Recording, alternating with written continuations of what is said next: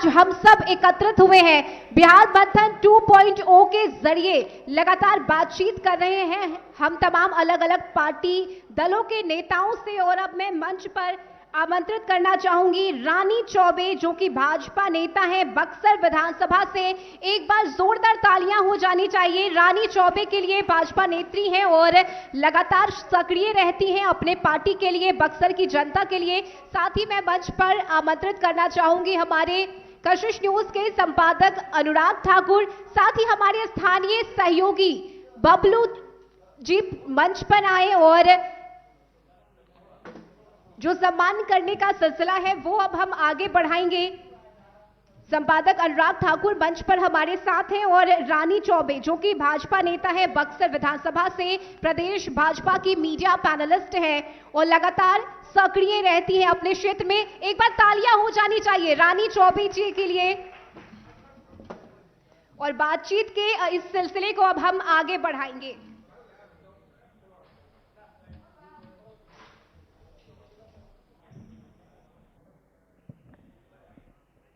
चलिए, बहुत स्वागत है रानी चौबे जी आपका कशिश बिहार मंथन 2.0 में। Thank you so much. Welcome Kashish news. Bihar मंथन में सबसे पहले तो मैं सामने बैठे सभी हमारे बक्सर के भाइयों बहनों का स्वागत करती हूँ। और मंच पे दो महिला शक्ति है, आधी आबादी है, क्या बात है। बिल्कुल, और कहते हैं ना कि आधी आबादी ही देश की दिशा और दशा तय करती है। तो इस आधी आबादी को भी आज हम सुनेंगे और इन्हें बोलने का मौका देंगे। तो मैं चाहूंगी आप लोग शांति बनाए रखिएगा और इन्हें बोलने दीजिएगा इनकी बातों को।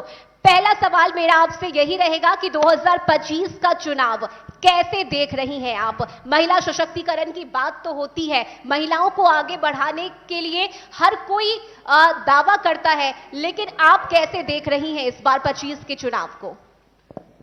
देखिए, जिस तरीके से हर विभाग की मैं बात करती हूँ, हर सेक्टर की बात करती हूँ, हर वर्ग की बात करती हूँ, मैं यहाँ कोई भी ऐसी बातें नहीं करूंगी जो विवादित होगी, जो कास्टिज्म पे होगी, जो रिलीजन पे होगी, बिकॉज मैं हर कास्ट का सम्मान करती हूँ, हर चीज़ों का सम्मान। और जो हमारी प्रधानमंत्री की देन है, उन्होंने ही सिखाया है हमें कि हर वर्ग को, अंत्योदय की बात करते हैं हम, तो हम हर वर्ग का सम्मान करते हुए ये बात करते हैं कि जब हमारे प्रधानमंत्री जी ने हर वर्ग को देखा है, महिला शक्तिकरण हो, युवा की बात हो, किसानों की बात हो, या हर वर्ग की हम बात करते हैं, तो फिर 2025 का चुनाव हमारे लिए बहुत बड़ी बात नहीं है। और मैं आपको आज ये इस मंच से बताती हूँ, इस बक्सर की पवित्र नगरी से, इस पावन नगरी से, जहां मेरा जन्म हुआ, जहां की मैं बेटी हूँ, मैं वहां से आपको ये आज गारंटी देती हूँ कि हमारे युवा, हमारी महिला, हमारे किसान, हमारा पूरे बिहार मिलके बिहार में हमारी एनडीए की सरकार बनाएगा। और आप देखिएगा जिस हर्ष और उल्लास के साथ बनेगा, क्योंकि हर वर्ग का विकास हुआ है। हम उस जंगल राज से निकले हैं जहां महिलाएं उत्पीड़न का शिकार थी, जहां 4 बजे के बाद महिलाएं निकल नहीं पाती थी, जहां किसान एक एक रुपए के लिए आत्महत्या करते थे, और जहां पे युवा वो बेरोजगार थे। तो कहीं ना कहीं ये जो रोड का जाल बिछा है, जो पूरे बड़ी बड़ी, जो पहले हम कल्पना करते थे कि काश मेट्रो आता, काश मेट्रो देखने के लिए दिल्ली जाते हम, है ना, ट्रेन भी बहुत अच्छी बड़ी बात थी। आज जिस तरीके से चौमुखी विकास हुआ है, आज हम जिस मेट्रो की मैंने स्थापना की थी, मैं बहुत खुश हूं आज आप सबको बताते हुए कि आज वह संचालन होने जा रहा है, आज वह पटना की नगरी में चलने जा रहा है। लेकिन इसके बावजूद मैं आपको एक बात जरूर बोलूंगी कि बक्सर को लेके हम काफी तकलीफ में हैं। इनफैक्ट आप पूरे शाहाबाद का मेरा टॉपिक था, तो मैं यही बोलूंगी कि ये जो 4 जिला है, 22 विधानसभा है, आप देख लीजिएगा, इस समय चमत्कार होगा, क्योंकि हर एक के दिल में प्रधानमंत्री हैं, हर एक के दिल में नीतीश कुमार है, हर एक के दिल में एनडीए की सरकार है। और हमें कुछ नहीं करना पड़ेगा।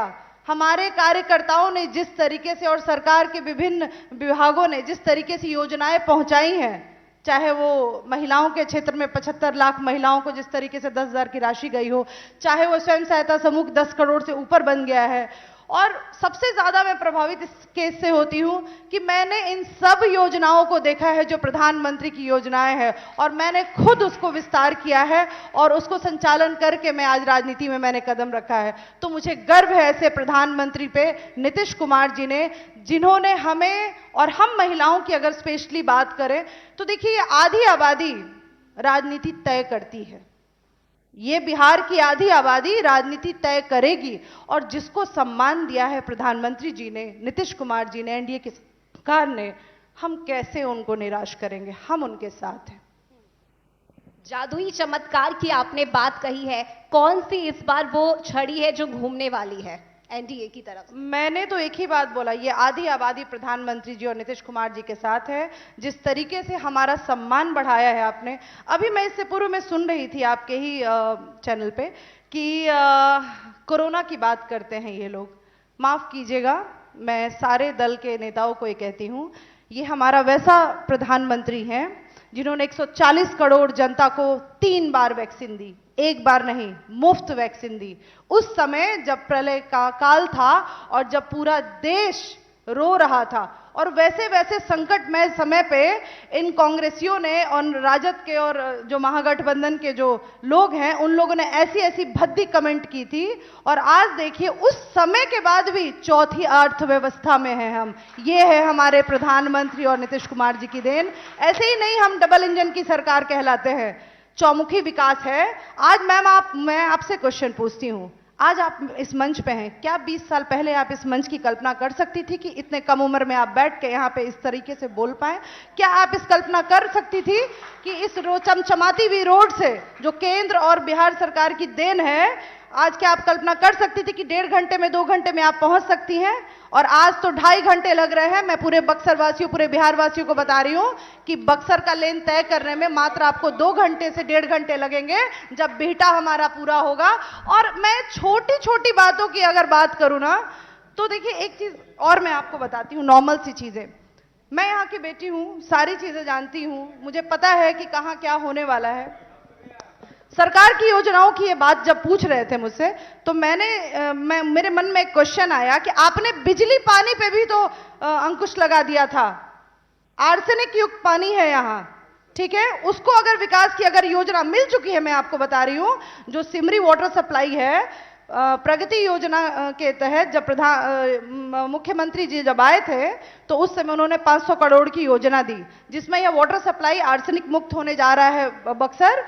और चौड़ीकरण की हम बात कर ले तो ज्योति चौक की बात कर ले, भोजपुर सिमरी की बात कर ले, लिंक रोड, ये पीपी रोड की बात कर ले, तो ये सारे सड़क चौड़े होने जा रहे हैं। मैं आप लोगों को बता दूं कि बहुत सारी ऐसी योजनाएं हैं जो आपको मिल चुकी हैं, जिन पे सिर्फ कार्य करना बाकी है। और आपके नगर विधायक ने और आपके लोगों ने इस तरीके से हमें मिसगाइड किया हुआ है। आज 10 साल में अगर कार्य नहीं हुआ, आप अश्वनी चौबे जी की बात अगर करते हैं, तो मैं आज इस मंच से अश्वनी चौबे जी की भी बात कर लूं, क्योंकि अश्वनी चौबे जी हमारे भाजपा के नेता थे, तो मेरा हक बनता है कि मैं उनके बारे में बताऊं आप लोगों को। पूरा भारत, पूरा इंडिया था उनके बल पे, ठीक है, पूरे स्वास्थ्य व्यवस्था को देख रहे थे वो। उसके बाद भी उन्होंने यहाँ पे इतनी बड़ी बड़ी रेल लाइन लाई, जो अमृत भारत हमारी जो योजना है रेल की, जो स्मार्ट रेलवेज बनने जा रहे हैं, वो योजनाएं आपको मिली हैं। हाँ, उन योजनाओं का विस्तार आने वाले समय में होगा।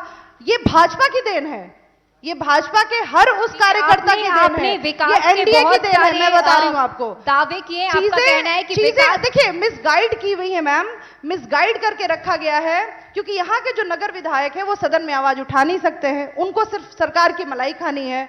मुन्ना तिवारी जी, मुझे एक बात आप बताएं इस चैनल के माध्यम से कि आपने ऐसी कौन सी योजनाएं की? मान लीजिए कि अगर हमने नहीं की तो आपने तो 10 साल ठगा है ना, तो आप हटिए, कुर्सी छोड़िए। मैं बोलती हूं कि आप कुर्सी छोड़िए, क्योंकि जब आप नहीं कर सकते हैं। फाउंडेशन के नाम पे 6 एम्बुलेंस बक्सर जिला का, वो भागलपुर में चल रहा है, एक एक्सीडेंट हो चुका है, और उसका भी भाई साहब, बिना डेटा के मैं बात नहीं करती हूं, माफ कीजिएगा, बिकॉज मैं डेटा से बात करती हूं। मैं भगवान के दया से आपके शहर की पढ़ी लिखी वो बच्ची हूं जिसने नगर विकास एवं आवास विभाग में ऐसी लाखों योजनाओं को देखा और विस्तार कराया। आपके पास अगर एक भी प्रूफ है कि भाजपा के, हाँ, तो आप मुझे डेटा दिखाइए कि भागलपुर में वो चल रहा है, आप मुझे दिखाइए, दिखाइए आप मुझे। मैं बोलती हूं, क्योंकि मन घड़त कहानियां करके, देखिए हाथ में संविधान लेके आप लोगों ने नारा लगाया था, क्या संविधान बदला? क्या बदला? नहीं बदला। लेकिन आपके उस पप्पू ने संविधान को लेके नारा लगाया था। राहुल गांधी को ये होना चाहिए पता कि आपकी झूठ की पोल खुल रही है। अब अरे आपने तो देश को बदनाम किया, आपने भारत विश्व पटल में देश को बदनाम किया। जब आपको भारत की शिकायत करनी होती है तो आप विदेश जाके करते हैं। माफ कीजिएगा भाई साहब, एक युग ऐसा भी आएगा जब महागठबंधन खत्म हो जाएगा। ठीक है, आप लोग शांति बनाए रखिए। आपके तमाम सवालों का जवाब देने के लिए ही कशिश का ये मंच सजा है। आप लोग बैठ जाइए अपनी अपनी जगह पे। आप लोग अपनी अपनी जगह पे बैठ जाइए।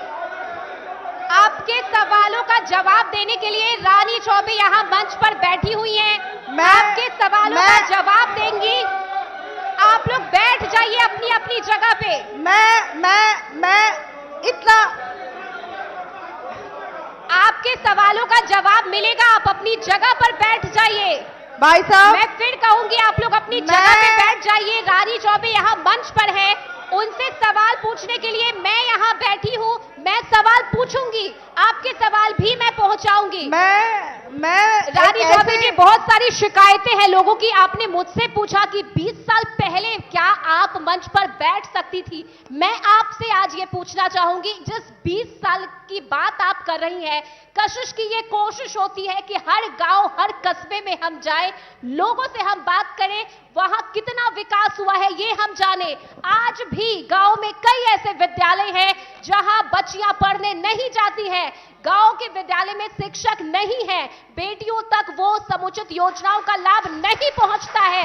तो आज अगर आप ये दावा करती हैं कि 20 साल में बिहार बदल गया, तो अभी वक्त है बिहार को बदलने में, और बिहार बदलेगा जरूर, मैं आपके बात राजनीति से नहीं बल्कि काम करने से। तो मैं आपको बक्सर की बेटी होने के बाद ये दावा करती हूं कि अगर वो 20 साल पहले ये स्थिति थी और आज ये स्थिति है, तो इतने IIM, IIT, एम्स कैसे खुले, इतने एयरपोर्ट कैसे खुले? मतलब इनकी स्थिति क्या थी? आप अपने मुंह से बोल रही हैं कि वो जंगल राज ऐसा था कि वहां एक स्कूल की, आज अगर बच्चियों की ये स्थिति आप बता रही हैं, जबकि हमारे तरफ से लाखों करोड़ों की योजनाएं जा रही हैं, पोशाक जैसी योजना, साइकिल जैसी योजना, 6000 से ऊपर किसानों को मिल रहा है, युवाओं को इतनी सारी योजनाएं मिल रही हैं, उनके पढ़ाई के लिए योजनाएं मिल रही हैं, महिलाओं को मिल रही है स्वरोजगार से जोड़ने के लिए। तो आप आयुष्मान योजना की हम बात कर ले, जब हेल्थ सेक्टर की हम बात कर, आयुष्मान से लेके आवास योजना की बात कर ले, हेल्थ से लेके घर तक दिया है। अरे एक शौचालय नहीं था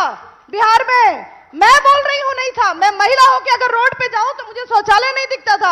आज पिंक टॉयलेट है, महिलाओं के लिए अलग से टॉयलेट है, हर पेट्रोल पंप पे एक टॉयलेट है। ये सुविधाएं हैं महिलाओं के लिए। आधी आबादी की आप बात करें तो सड़क से लेके सदन तक का रास्ता दिया है। एक चूल्हा नहीं था, हम अरे सिलेंडर और चूल्हे के लिए जिस युग में हम तरसते थे, आज उसकी भी बात कर लेना। सारी बुनियादी सुविधाएं दी हैं प्रधानमंत्री और नीतीश कुमार जी ने और इस एनडीए की सरकार ने। मैंने पहले भी बोला आपको कि आज हम किस्मत वाले हैं कि हमारे ऊपर एक ऐसा प्रधान सेवक है, हमारे ऊपर एक ऐसा नेतृत्व है जिसको हम कल्पनाओं में भी नहीं सोच सकते थे। हम नहीं सोच सकते थे कि महिलाओं को 33% और 50% की भी आरक्षण मिल सकती है। हम नहीं सोच सकते थे। हमारे बक्सर की कल्पना जो हम करते हैं एक पर्यटन से करते हैं कि भाई जिस तरह गया जी जाते हैं, जिस तरह काशी जाते हैं, जिस तरह अयोध्या जाते हैं, बिहार में बहुत सारी ऐसी पर्यटक स्थल बिहार में मिली है जो हमारी ही सरकार ने दी है। मैं आज निवेदन करूंगी आपके चैनल से, हमारे प्रधानमंत्री से, हमारे नीतीश कुमार जी से, माननीय चीफ मिनिस्टर जी से, कि आप बक्सर को सच में वैसी ही नगरी बनाएं। आप छोड़ दीजिए सदर विधायक काम नहीं कर रहे हैं, जो आप बुनियादी सुविधाएं दे रहे हैं। हम एनडीए के पूरे कार्यकर्ता, पूरा बक्सर वासी आपके साथ है। प्रधानमंत्री जी, बक्सर को पर्यटन स्थल में आगे बढ़ाइए और इसको एक ऐसी नगरी बताइए जो शास्त्रों में वर्णित है। ये नगरी शास्त्रों में वर्णित है, उसको सच में एक अच्छा, ठीक है, आपने बहुत सारी तारीफ की, लेकिन एक छोटा सा सवाल मेरा भी रहेगा कि अगर इतने काम हुए हैं, इतने विकास हुए हैं, बीच में ऐसा क्या हुआ कि आप चली गई थी? हालांकि फिर आप वापस आ गई। सॉरी, मैं कहां चली गई थी? नहीं, मैं कहां चली गई थी? I just want to ask you, मैं कहां चली गई थी? हाँ, नहीं, जैसा हमें मालूम हुआ कि आप बीच में शायद हाँ, थोड़ा मैं अलग बताती हुई हूँ। थी मैं भाजपा से, 2015 फिर आप, मैं हाँ, मैं वापस नगर आ विकास गए। एवं आवास विभाग में थी। मैंने हाँ। विभिन्न सेक्टर्स में काम किया, बिजली लीड किया, पानी लीड किया, सचिवालय में पोस्टेड थी मैं, और मुझे सरकार भेजती थी। 3.5 लाख महिलाओं को मैंने स्वरोजगार से जोड़ा। उस कार्यकाल में मैंने बिहार को बहुत विकसित किया। 100 आश्रय स्थल दिया बिहार को, जो कि एक किला मैदान में भी है। बहुत सारे आश्रय स्थल बिहार को दिए। पटना मेट्रो लॉन्च कराया, स्मार्ट सिटी की एडवाइजरी रही। उस बीच में मैं आपको बताऊं कि मैं आई थी भाजपा से टिकट लेने, ये सच है, और आज आपके चैनल के माध्यम से मैं बोलती हूं। एक बेटी आई थी भाजपा से टिकट लेने, लेकिन भाजपा के कल्चर को मैं नहीं जानती थी। मैं नहीं जानती थी कि ये वो कर्मठ पार्टी है जो विश्व पटल पे ऐसे ही रही नंबर 1 की पार्टी कहलाती है। कहीं ना कहीं इसके कार्यकर्ता दरी उठाने से लेके ऊपर तक, और मैं एक ऑफिसर रैंक की तरह आई थी। ठीक है, गलती हमारी थी। और उस दौरान मुझे राजनीति में लॉन्च करना था। मैंने नौकरी छोड़ दी थी, ठीक है, लेकिन मैं जानती थी कि भाजपा मुझे टिकट नहीं देगी।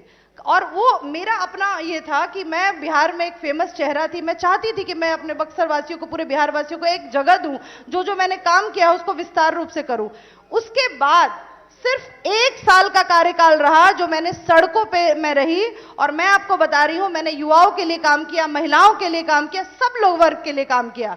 लेकिन उसके बाद भी मुझे भी तो एहसास है ना इस बात का कि महिला शक्ति के लिए काम कौन कर रहा है। एहसास है, आपको पता है कि आप कहाँ गई थी, फिर आपने मुझसे पूछा कि मैं कहाँ गई थी, ये आप बताइए। हाँ। नहीं, मैं पप्पू यादव जी की पार्टी जन अधिकार में 1 साल रही, जिसमें महिला राष्ट्रीय अध्यक्ष के रूप में रही।